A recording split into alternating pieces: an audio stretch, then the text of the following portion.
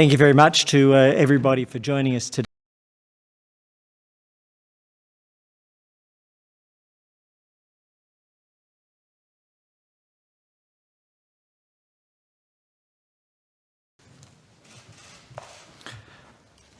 Thank you very much to everybody for joining us today. I'm joined in particular by the Chief Nursing and Midwifery Officer, Alison McMillan, and the Deputy Chief Medical Officer, Dr Nick Coatsworth. Nick is a specialist in respiratory conditions and infectious diseases and is overseeing Australia's ventilator expansion program within the hospital system and the ICU.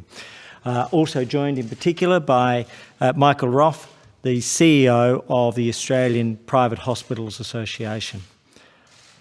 One of our great tasks as we, on the one hand, contain the spread of coronavirus and flatten the curve, that's our great first task, but our second task is to boost the capacity of our hospitals to deal with this outbreak, to provide the support for our patients, to guarantee that we can fight to protect every life of every Australian. Today is about, in particular, securing and expanding that capacity. A partnership between the Australian government, the states and the private hospitals that will bring over 30,000 beds within the hospital system into an integrated partnership between the Commonwealth and the states and the private hospital sector. It will bring over 105,000 full and part-time hospital staff, including 57,000 of our amazing nurses and midwives. It guarantees them their future and their support both during the crisis and beyond, but most importantly, it brings their resources to the fight against coronavirus, COVID-19 in Australia. So to put all of this in context, as I mentioned, our task is twofold. First, to help contain the spread of coronavirus. And I think it's important to begin with the latest news. As of 6 a.m. this morning and the report to the National Incident Centre, there were 4,359 cases. They are being updated during the course of the day by individual states, and we'll provide this evening an updated figure. Sadly, we now have 19 lives lost. One of the things which we would also mention is the number of cases in intensive care and those on ventilators. We have currently, on the latest advice available to me, 50 cases in intensive care and 20 cases on ventilators. What those figures show, coupled with the fact that now with well over 230,000 tests completed, we have what we would regard as a reflective picture of the numbers in Australia. That if the lives lost, and each one is an agonising loss, are below 1%, then that is indicative that the testing regime is capturing the significant reflective data for the country. If those within ICUs, and in particular within ventilators, are in the low numbers that we see, and all of these numbers we know will climb, but they are reflective again of the numbers, and it presents a very different picture to some other countries where the lives lost represent not 0.5%, but 10% of the cases. It means that the case numbers there are not fully reflective of the situation. So by having what we believe is the broadest and widest testing program in the world, perhaps only Singapore and Korea, but at this stage our numbers indicate that we are at the global forefront, we have a good picture of where we're at. All of this is then being backed by the social measures, and these most difficult of social measures are about saying, whilst we are making progress and whilst we are now flattening the curve in the first early stages of progress, there's more to do. We were at 25 to 30% growth just over a week ago on a daily basis. Now we have come down in the last week to the low teens, and the latest advice I have from the National Incident Centre this morning is that the last 3 days have been approximately 9% on average. That's an achievement to which all Australians have contributed. And I want to say in these most difficult of times, with these most difficult of measures, that none of us had ever dreamt we would ever be involved in, you have risen to the occasion. To those Australians who are at home, to those Australians who are isolating or in quarantine, I want to say thank you. Your actions are making a difference and saving lives. This progress is early, it's significant, but now with these additional rules around gatherings and movement, we are going the next step to help reduce again the level of infection and to support our containment. All of that is then backed by our attempts and our plans and the reality of improving capacity. Today, we make a very significant stride in improving capacity. 2 days ago, we announced universal telehealth for Australians. In other words, we rebuilt Medicare over the course of the last 10 days. Now we have over 1 million telehealth consultations that have been completed. That's protecting doctors and nurses and protecting patients and providing access where otherwise it might not exist. The second great element in the reconstruction of the Australian medical system is reconstructing the relationship between public and private hospitals. The partnership between the Australian government, the states and the private hospital system will deliver additional capacity for the Australian system.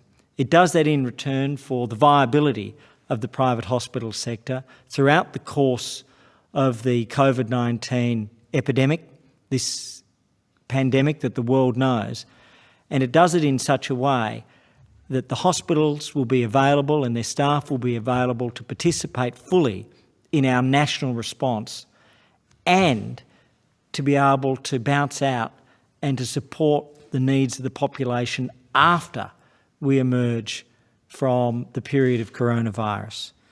We will be guaranteeing the viability, along with the states, of all 657 private hospitals in Australia, and we're doing this with a Commonwealth guarantee, then state partnerships, and then the individual private hospitals relying on the source income that they have from their ordinary operations. Those three things together will mean that our hospitals will be able to continue.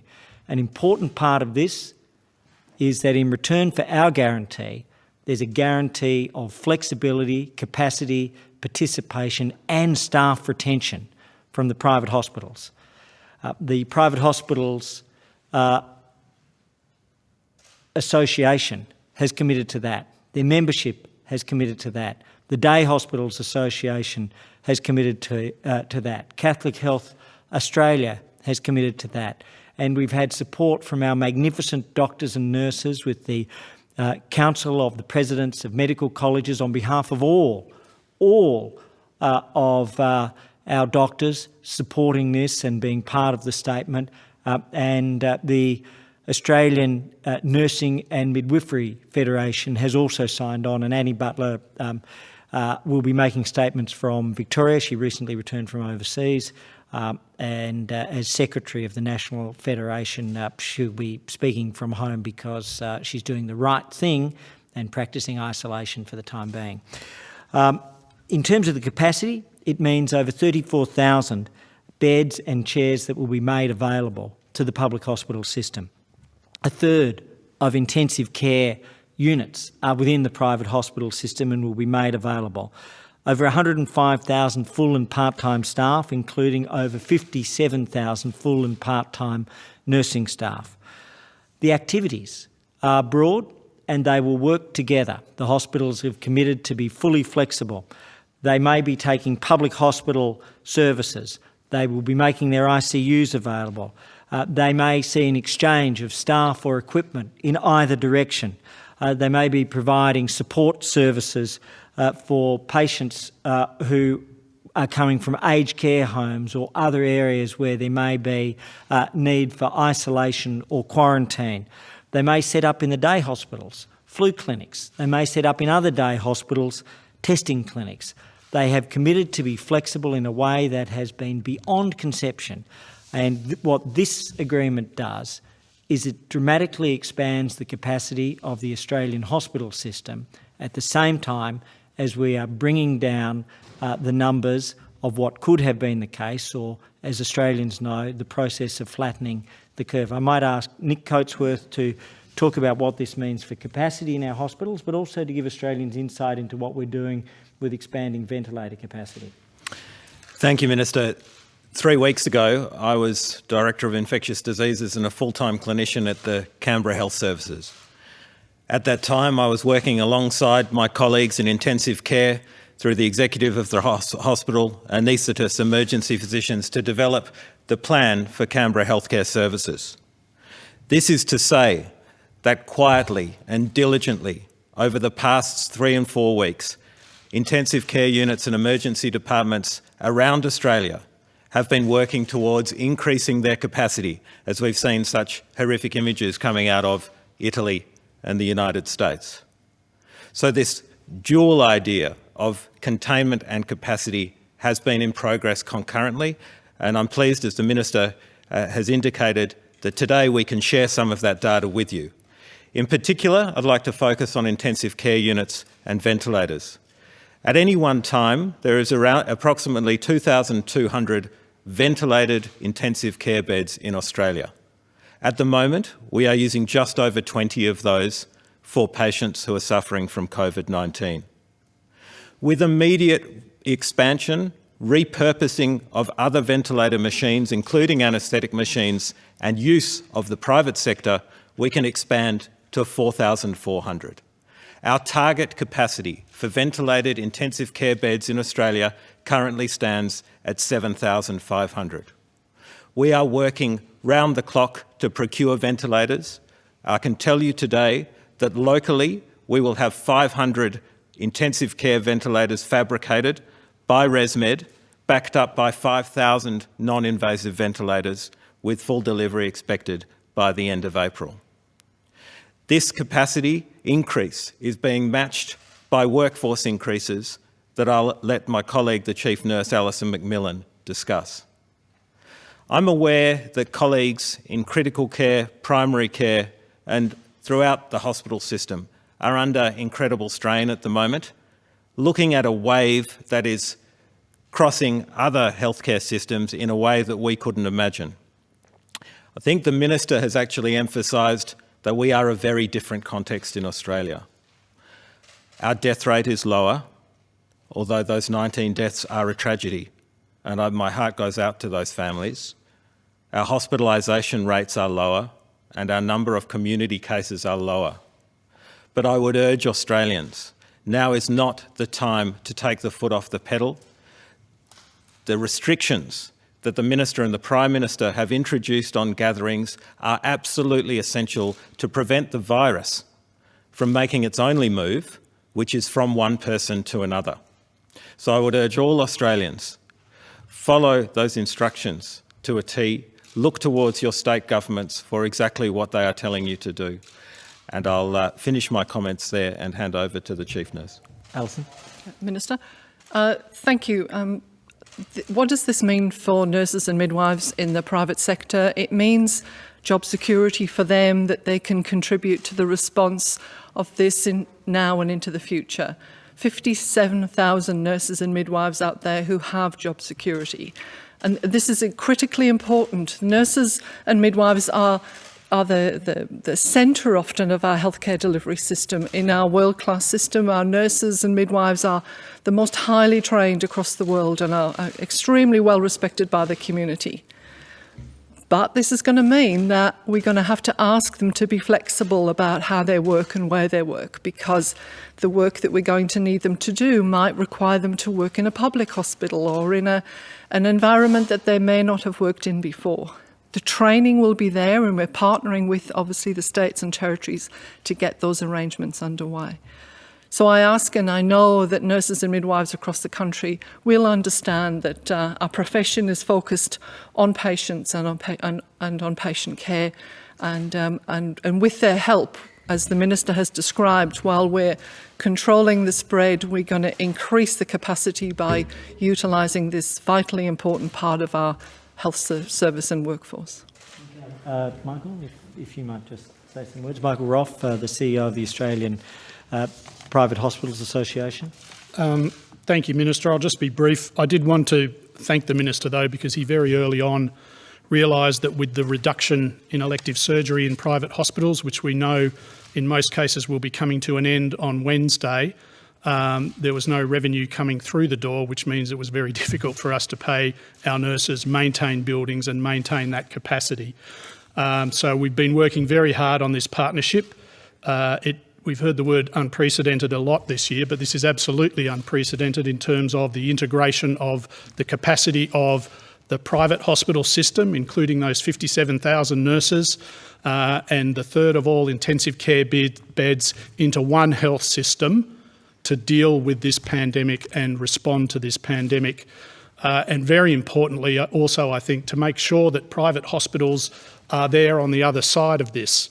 It's not business as usual. So there's a lot of services that are normally provided in private hospitals that won't be provided for the next 6 months, and public hospitals for that matter too. So there is going to be a big backlog when we're on the other side of this pandemic, and this arrangement from the Commonwealth and the states means that private hospitals will be there to help with that backlog on the other side. The Victorian government is very close to a deal with the private hospitals in that state. Hopefully that will be finalised today. And I'd just like to implore all of the other state governments to very quickly come to arrangements with the private hospitals in their own states. We'd like to see the Victorian model followed. And I'll probably leave it there, Minister. Okay, thank you. Nick, do you want to join us? Yep, Phil. In relation to that last point, is this going to work, the integration of the private hospitals, like the current public hospital system where across the country you have a split funding between the states and the Commonwealth, or are they going to be funded differently in every state in terms of the proportion of Commonwealth state funding and whatever the private hospitals can kick in? And within those states, will it be done by group, Ramsay, Healthscope or whatever, or will it be uniform across the state? So there are two parts to it, as you say, exactly, Commonwealth and state funding. And so any one hospital will have the support from the Commonwealth, will have the agreement with the state, but the states are developing both a uniform model within Victoria and Western Australia that have made the most progress.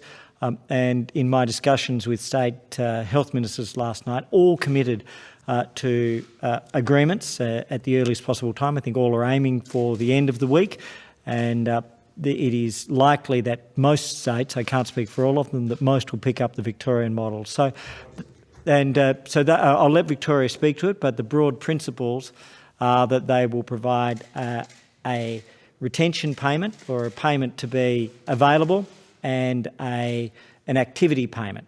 And so we'll then provide the funds over the top, particularly in some cases such as day hospitals. There'll be much more required from the Commonwealth. On an individual hospital basis it will vary, but at the end of the day what we're doing is guaranteeing the capacity that they will provide in return for us guaranteeing the viability. Are you able to put any kind of estimate on how much this is likely to cost the Commonwealth over the next 6 months? Yes. And is this an effective nationalising of the private health hospital system during this health emergency? Two things. Firstly, it is a partnership, but they are available as an extension now of the public hospital system in Australia. So whilst we're not taking ownership, we have struck a partnership where in return for the state agreements and the Commonwealth guarantee, they will be fully integrated within the public hospital system. Our expectation is that this will be an additional $1.3 billion. That's, however, not a capped figure. If more is required, more will be provided. If it turns out that it's not that expensive, then those funds will be available for other activities. That takes our total additional investment to over $5.4 billion within the health sector. Just on the 9% rolling 3-day infection average, if we were to get to a situation where that rate comes down to 1% or 0%, would we then start talking about an exit strategy to sort of loosen some of these social restrictions? Look, our goal is to bring down the numbers as far and as hard and as quickly as possible. We are seeing what I would describe as early promising signs of the curve flattening, but we've got a long way to go. And so let us not get ahead of ourselves. There will be an exit, absolutely. And that will be guided by the medical advice. And one of the amazing things is that we have brought all the medical advisors together into a single national source of medical advice, the medical expert panel of chief medical officers that reports to the chief ministers in the National Unity Cabinet. And that's the place where these decisions are being made. We're very strongly supporting that process. So the answer is we're actually going, as we've seen in the last 48 hours, harder rather than softer. The measures that had been put in place in the previous 2 and 3 and 4 weeks have begun to yield benefit. The measures that we've just put in place, we hope, will deliver more benefit.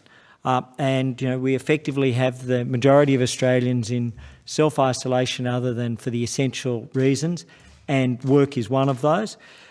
But these will, we believe, improve the situation. And the more it improves, the earlier we will be able to start to release those. But now's not the time to contemplate that release. We have to deliver the outcomes to save lives. In terms of those beds, you said that you'd like to have 7 or 7,500 of those ventilated ICU beds available.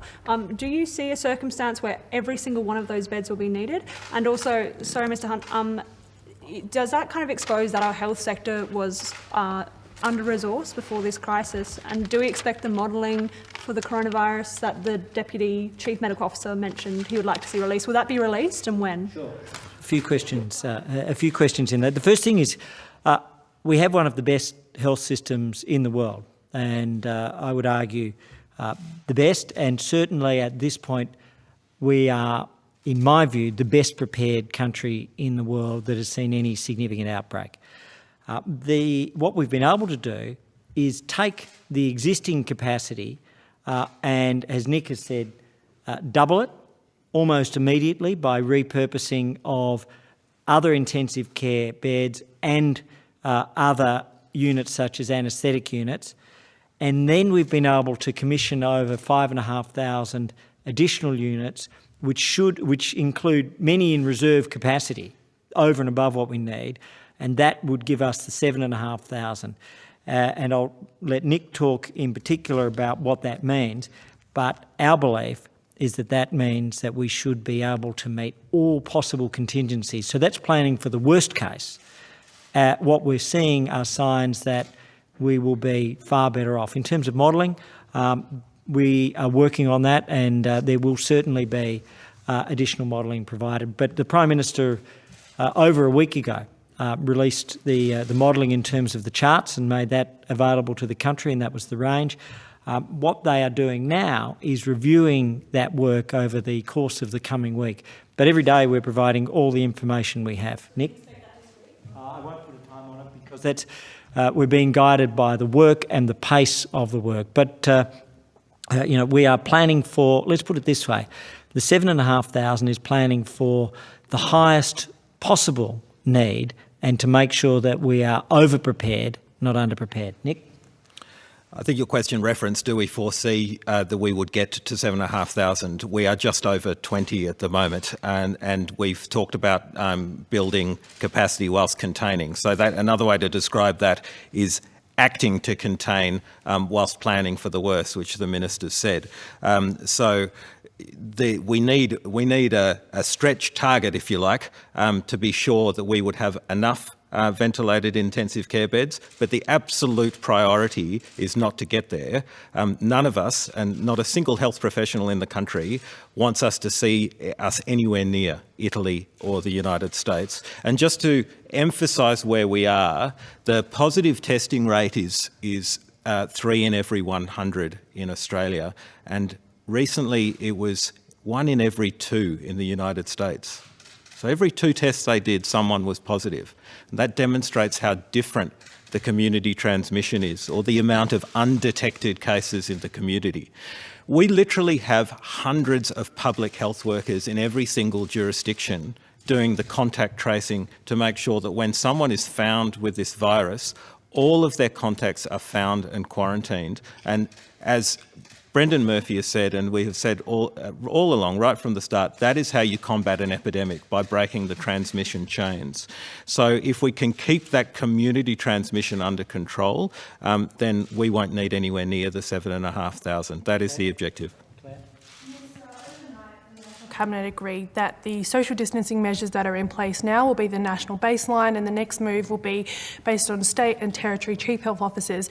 Specific further measures will be recommended and taken on that localised state-by-state basis.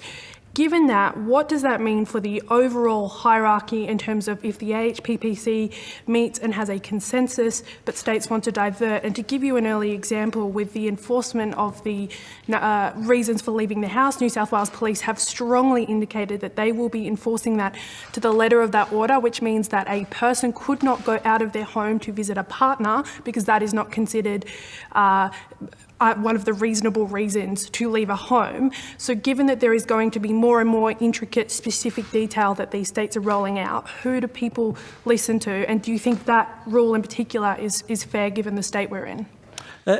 Firstly, what we've actually seen is the National Cabinet coming together. They are becoming more and more unified. It's a unique arrangement in Australian history, and it's been done at a time when everybody's been dealing with massive pressures on their economic, social and health systems all at the same time. And for that integration to occur, I think, has been extraordinary. In 50 and 100 years' time, I suspect people will look back on this National Cabinet as being one of the most amazing achievements of the Federation in Australia's first 200 years. That's my honest view. Having said that, the point of this is to say, what are the standards? We've moved across the country to the two-person rule or the family unit rule. Then it's being applied at the individual state level. And you may remember from our earliest discussions, talking about this idea of rings of containment. And the rings of containment mean that where there are local needs, where there might be a particular hotspot, then tougher restrictions can be placed. And this was exactly what was contemplated from our earliest design, but using the common principles, and at the same time what was contemplated and decided by the National Cabinet this week. And so I think it's completely consistent that where individual states or territories, either across their whole jurisdiction or in part, I know in the Adelaide Hills they had seen an outbreak following a major social gathering, that further restrictions have been put in place in some of those areas. That's exactly the idea of rings of containment, being able to provide tighter controls to protect the population in specific areas where we need that containment.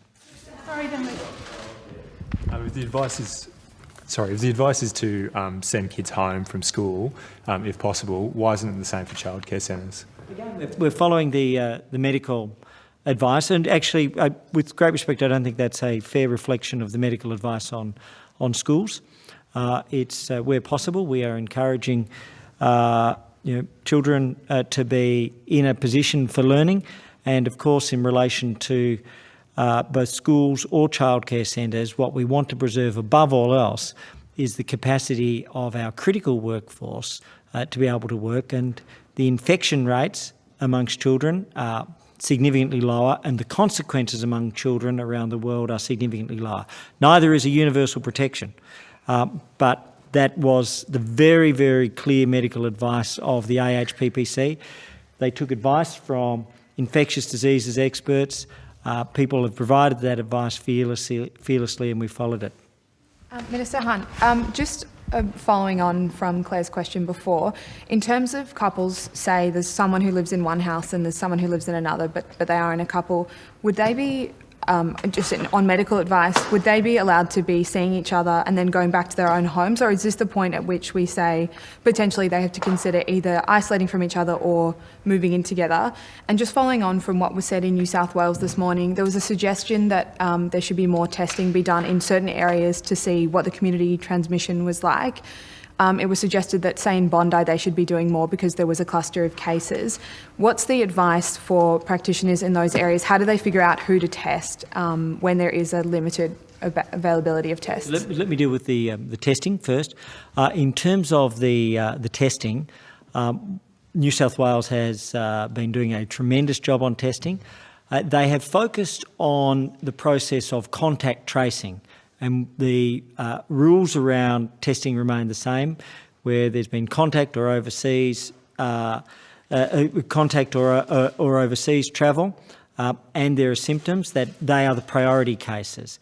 In hotspots, then we know that they are also testing more broadly, and that's appropriate. And so this is one of the things that we believe has allowed the rate of infection growth to decline, because they've been chasing down the contacts and the hotspots simultaneously. Now, in terms of the rules of the National Cabinet, they were laid out with regards to households and gatherings of two, where people are not from within the same household. So I won't add anything to that. That will be a matter for individual states if they wish to go further. Some states are releasing heat maps based on their own data.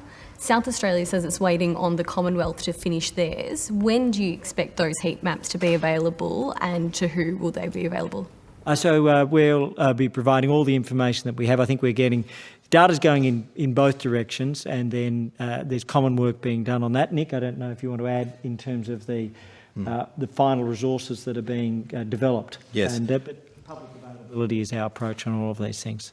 So there's a variety of jurisdictional reporting mechanisms. I'll address specifically intensive care, because we're working in partnership with the Australian New Zealand Intensive Care Society to develop a real-time intensive care heat map where hospitals with intensive cares will report bi-daily on their COVID-19 patients and bed and ventilator availability. I think there's one here that I haven't heard from, and then we'll have to keep going after that. I apologise. A very quick update on health staff, the workforce that have been impacted as schools go to pupil-free days and earlier school holidays. You mentioned the number of staff that would be available from the private sector, but how many are actually available? Have you started to see an impact on staffing of schools changing the way they operate? I don't have any figures on that. In the particular case of school holidays, I know families are very used to making preparations and arrangements. At this stage, our health workforce has been holding up, and I think that's an appropriate place for me to finish. Today is about... partner issue. If no one's answered it yet, can you go and visit a partner who lives in another house? What is the medical advice either way? Is that a risk of transmission, or is it okay? Okay, so let me finish this question respectfully, Claire, because we had one, and then I'll come back and finish on that. So in terms of the situation with the medical staff, our GPs, our aged care workers, our hospital staff, we've now taken measures on all fronts to assist them, and they are doing an extraordinary and heroic job. Then in terms of the situation with regards to households, people are allowed to meet in gatherings of two. If a particular state has made a ruling about entrance into houses, I will respectfully leave that to them. The National Cabinet decision was about people being able to go out in groups of two and to keep to households in addition to that. I'm not aware of the details that you've just provided, so I won't try to provide advice on that. My last comment is to Australians and to our health workers. To Australians, I want to say thank you. These early promising signs are your doing. These actions are beyond what anybody in government would ever have wanted to have done, and beyond what any Australian family would ever have sought to face. But you know, people are rising to the occasion, and this can be one of our greatest moments as a country. If people are taking care of each other by not going out, if they are taking care of each other by supporting their seniors, and I do want to add that there will be an additional $59 million for 3.4 million meals to be delivered to seniors at home who may be isolated. But if you're volunteering to provide groceries or meals for people who are otherwise truly isolated, I want to say thank you. And to those who are contemplating it, that would be a wonderful human gesture. But this can be one of our finest moments in our most difficult times as a country, and Australians are overwhelmingly doing that. But right at the forefront of all of these people are our nurses, our midwives, our doctors, our allied health workers, and our medical and hospital support workers. Today is about giving them support, security, and integrating two national systems, our public and private hospital systems, in a once-in-a-century redesign of our hospital services that builds on what we've done with a once-in-a-century redesign of our general practice services that have been delivered over the last few days. We're building that capacity at the same time as you are providing the containment and helping to deliver the early flattening of the curve. Thank you.